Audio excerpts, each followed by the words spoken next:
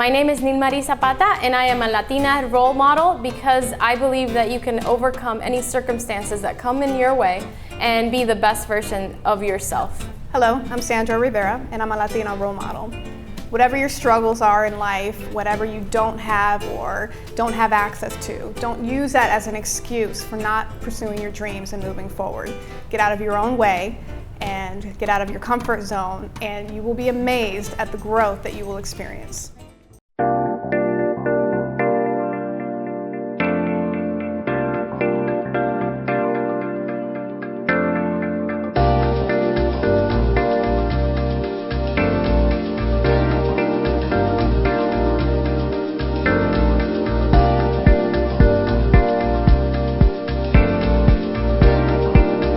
Good evening and welcome to another edition of EDuTV. I'm your host, Greg Perkins, and today we have a returning guest, Miss Diana Moore, school teacher, Orange County. Yes. Right.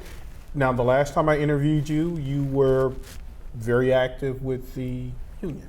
So you're back in the classroom now. Tell me how that's going. Well, it's interesting to be back in the classroom. It's very eye-opening to see the day-to-day workload that our teachers are doing and the expectations that have increased because of the increase in testing.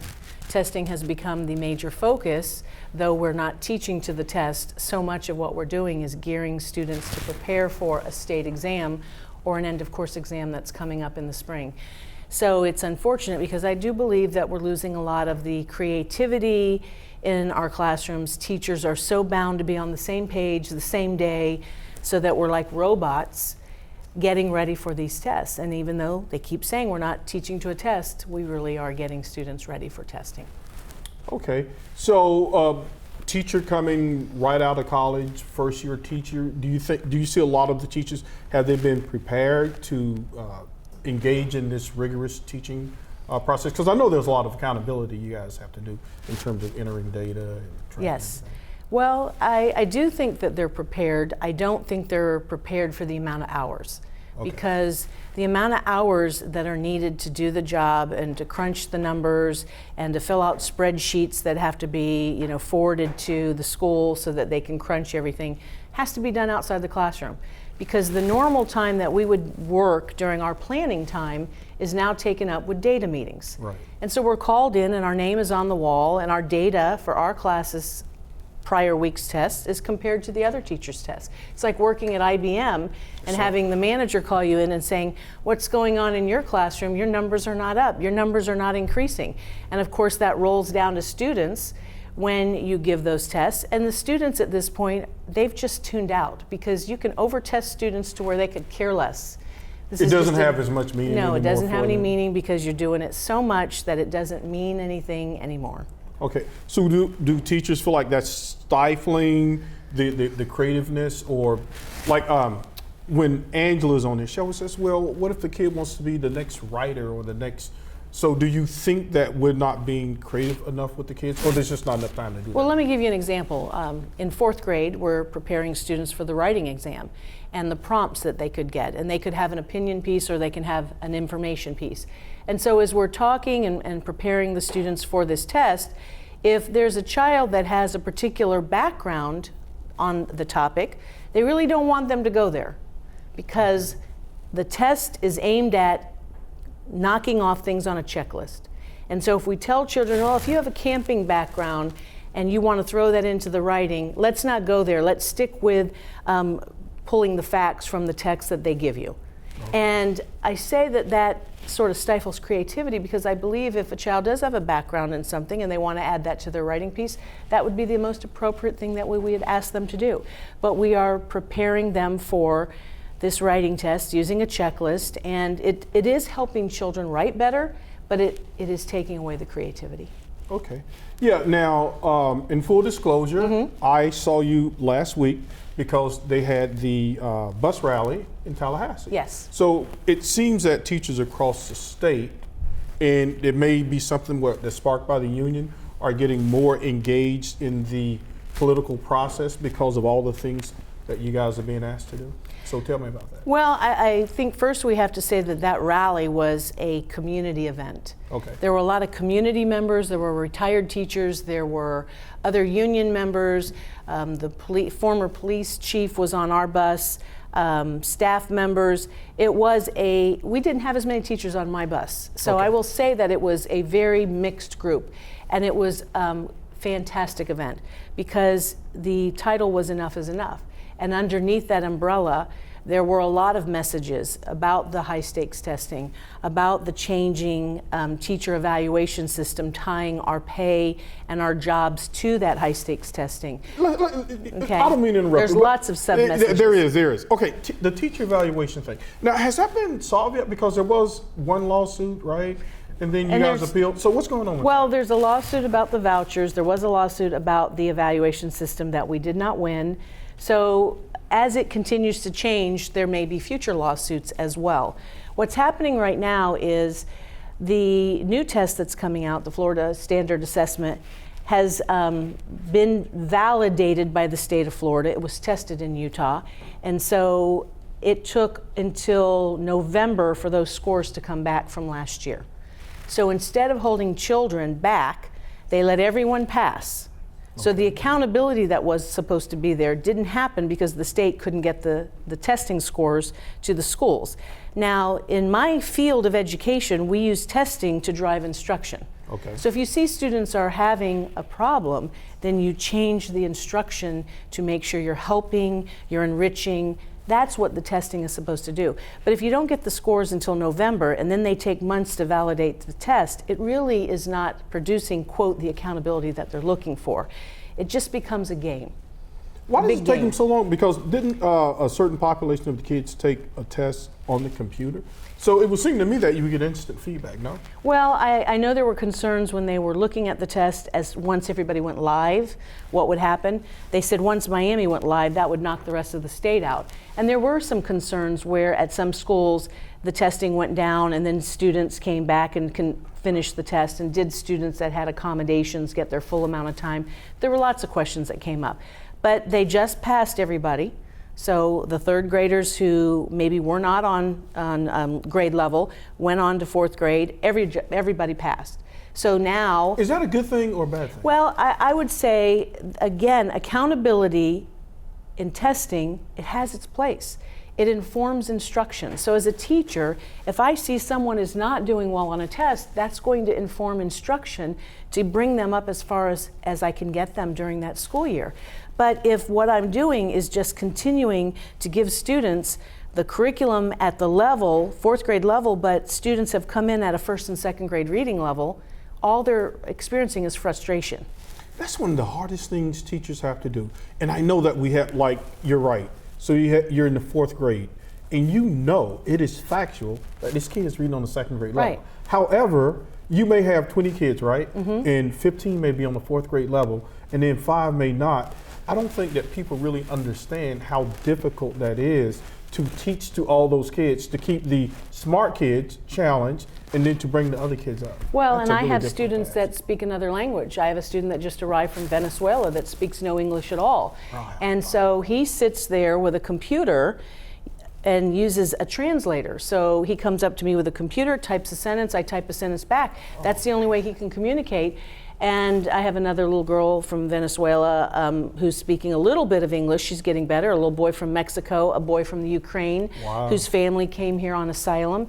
And they don't speak English yet. Right. They're made to do, if they're here a year, they're made to take those tests, and the frustration level is there. And I will say that I've noticed that the kids that come from other countries are not prepared for all this testing. The rest of the students are like, separate your desk by 3 feet, get your paper ready, no talking, don't do this. So they're like soldiers because they've been so prepared in this system. Right. But these children from other countries get up out of their seat and they say, Miss Moore, I need to ask you for this. And I go, what are you doing out of your seat? Right. And they go, what do you mean? I go, we're testing right now. They don't know all the rules of testing. So it takes a while for them to sort of get the habit of the format of our testing days. Okay. Teacher evaluation. Now how does that work? Understand that teachers, you guys have a base salary, correct? And I know that if a school goes from a C to a B, then there's bonus money, but by the time you guys spread it around, there's not a whole lot left to share, correct? When you go from C to B, you get like $100 per kid? No. Or if you're maintaining A? No, it doesn't work like that at all. They change that? No, it doesn't work like that at all. Okay, how does it work?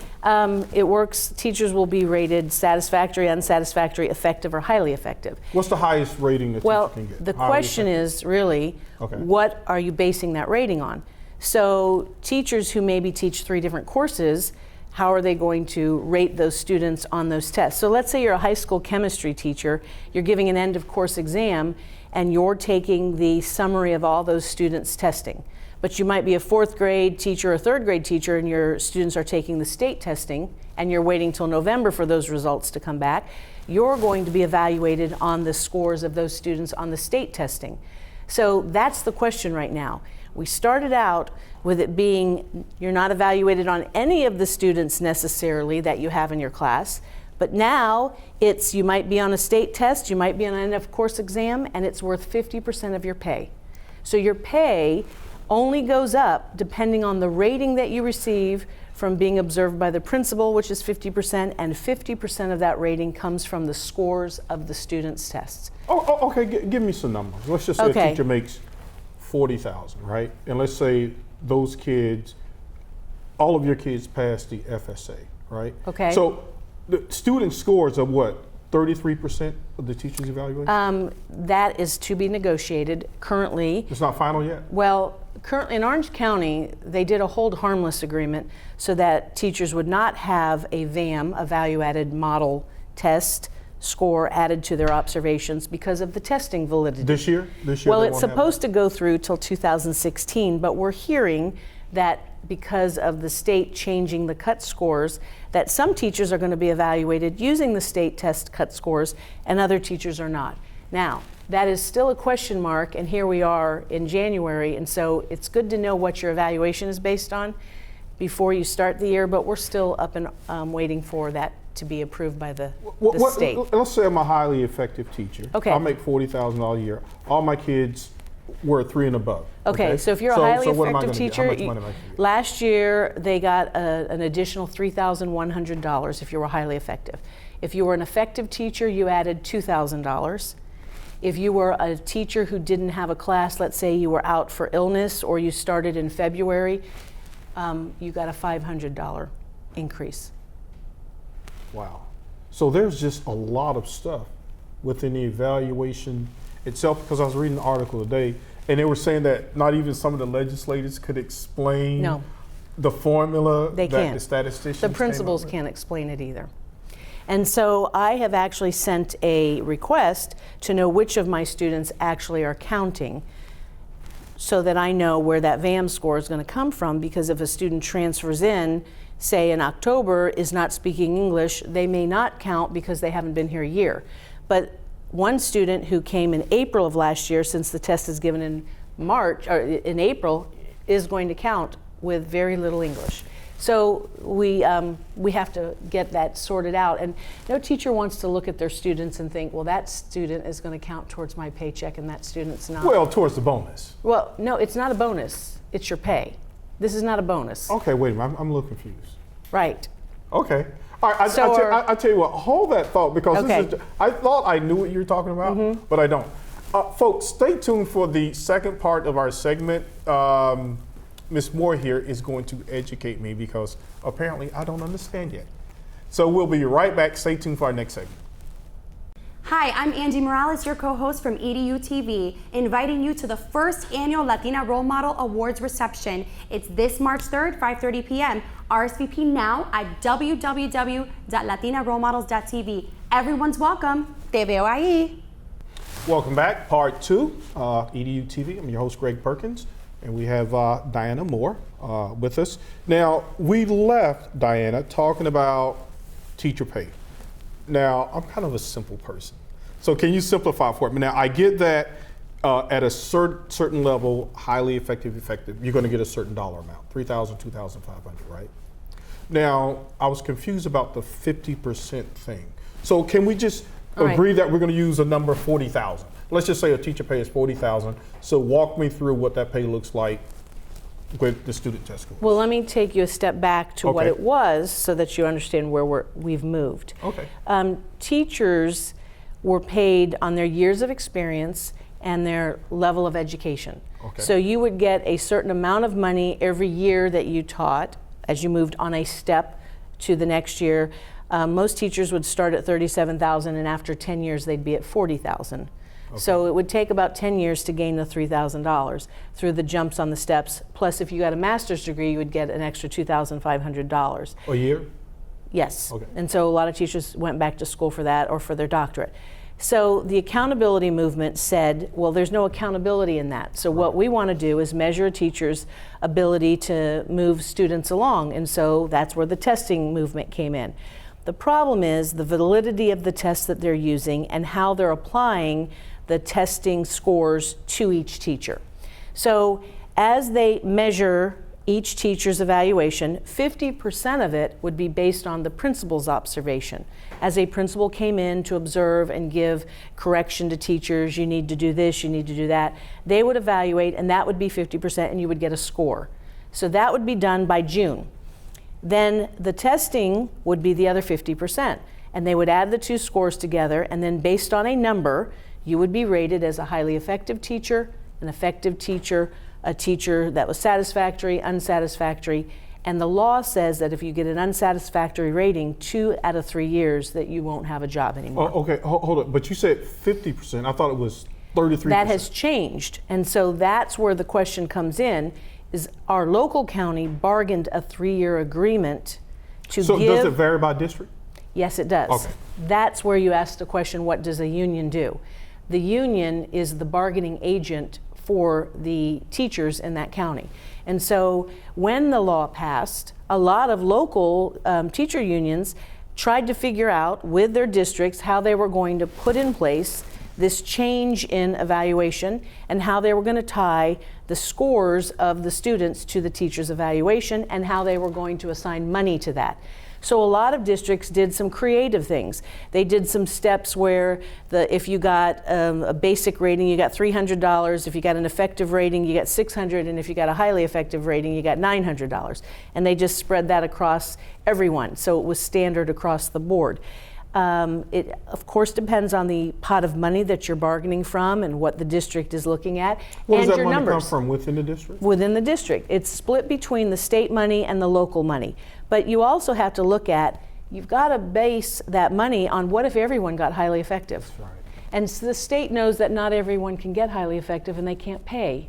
So we believe that there's some subjectivity going on right now in the 50% portion where the principals are observing.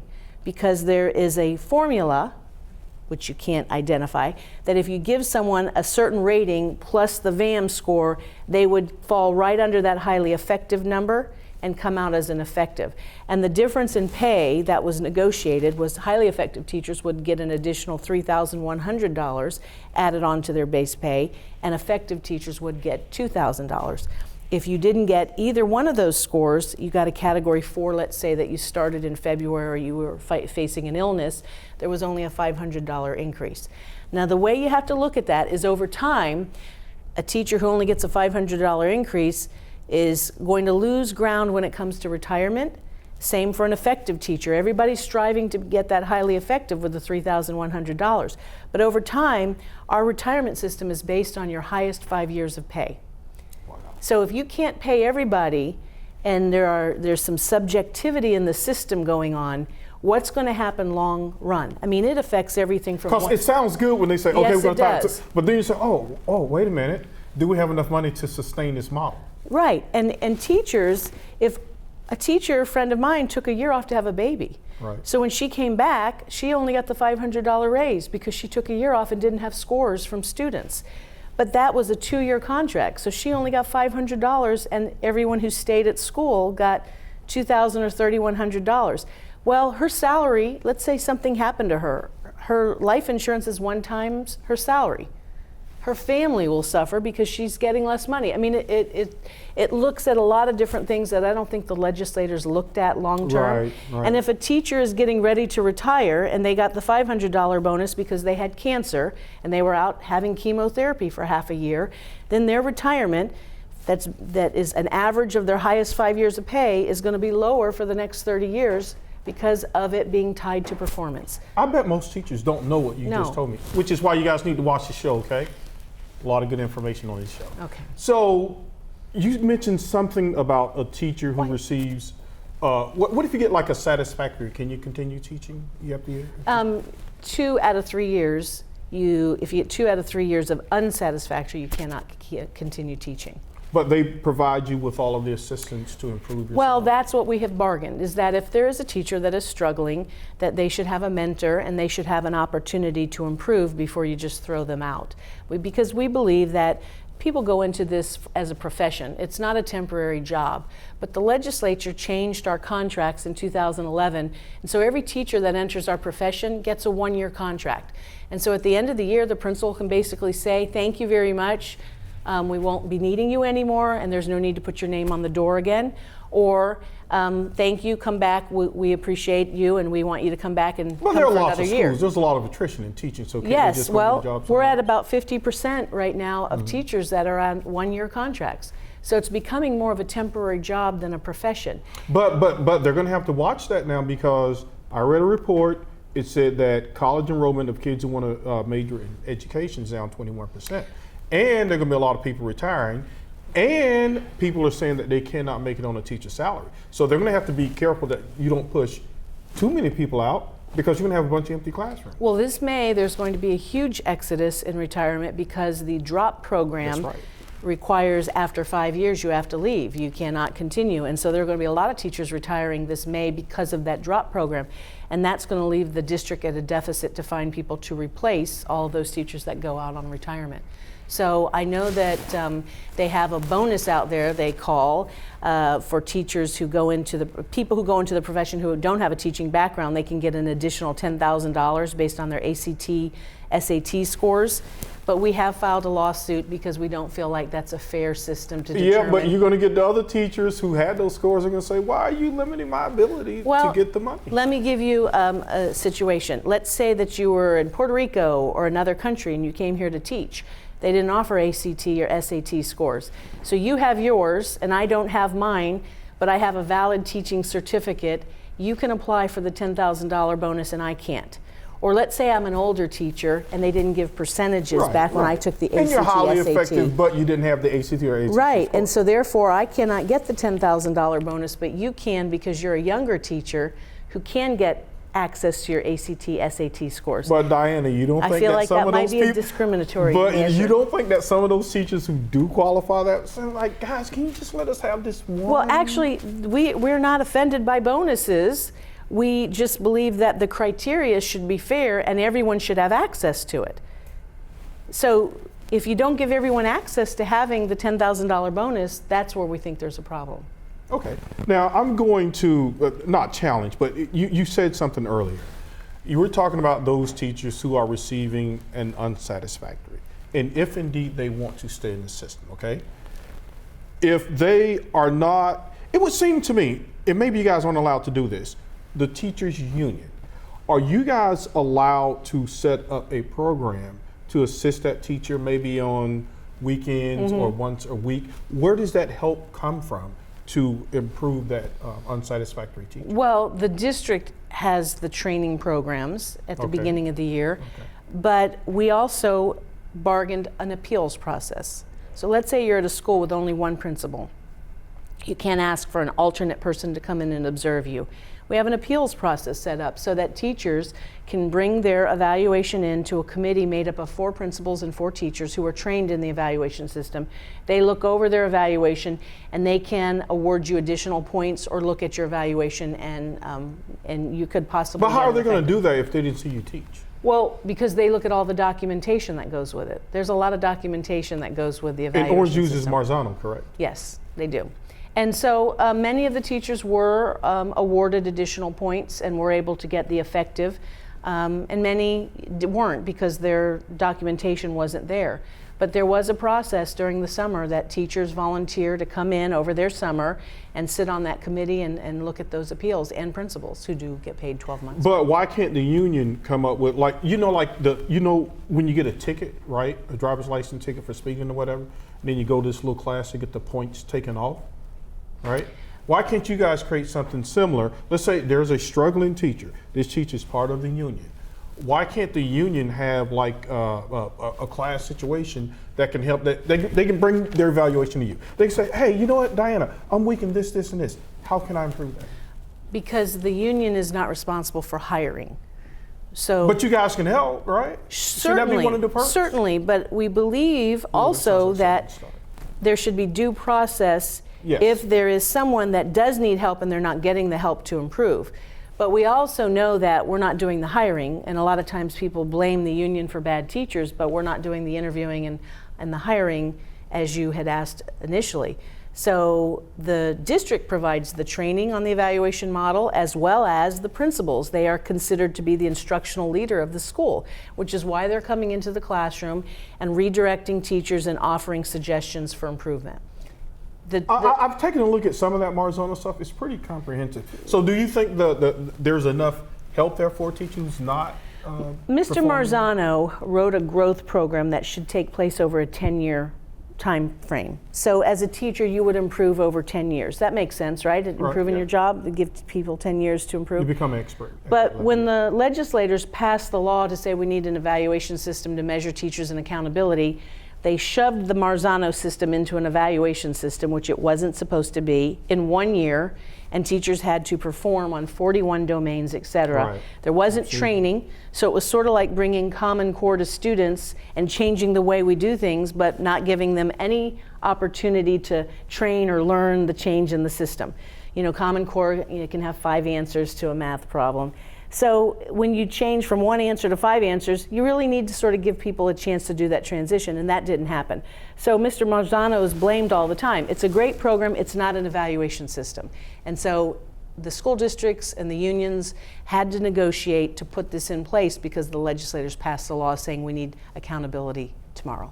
What were you guys using before? Just district-created evaluations? And we were using district-created evaluations, and the truth is that principals were not going out to see what teachers were doing. So they wanted to create a way for principals to get into the classroom, to see what teachers were doing, to be able to offer the professional development and instruction and help teachers. But it swung the opposite direction, so now it's become very subjective. Unintended consequences, Unintended consequences, it's become very subjective.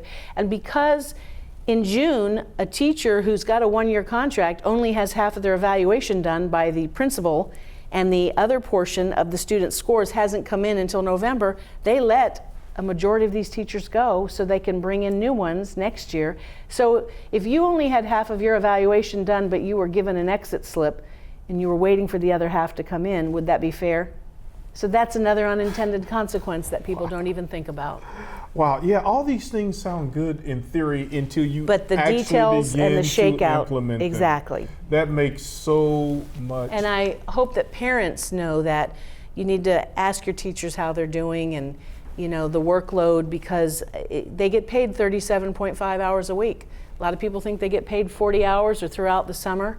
They get and you paid, guys work way more than that. They get paid for a fact, 39 weeks a year, and they work sometimes 50, 60, 70 hours a week. Well, that's why we have this show, because we like to give everyone a chance, teachers, community activists, superintendents, politicians, so that people will know. And hopefully the show will get to that point, because I think this is a very worthwhile thing for teachers to tune into, because you just gave a great lesson on teacher pay. I guarantee you that a lot of these teachers do not know this stuff because you guys are so busy teaching. Right? And then by the time you go and put it in the day, they're like, oh, I don't want to read a union document. And so as a result, you don't even know your rights. So I'm going to have you again because I always learn something when I speak with you. And we've come to the end of our show. And thank you for joining us tonight on EDuTV. Good night.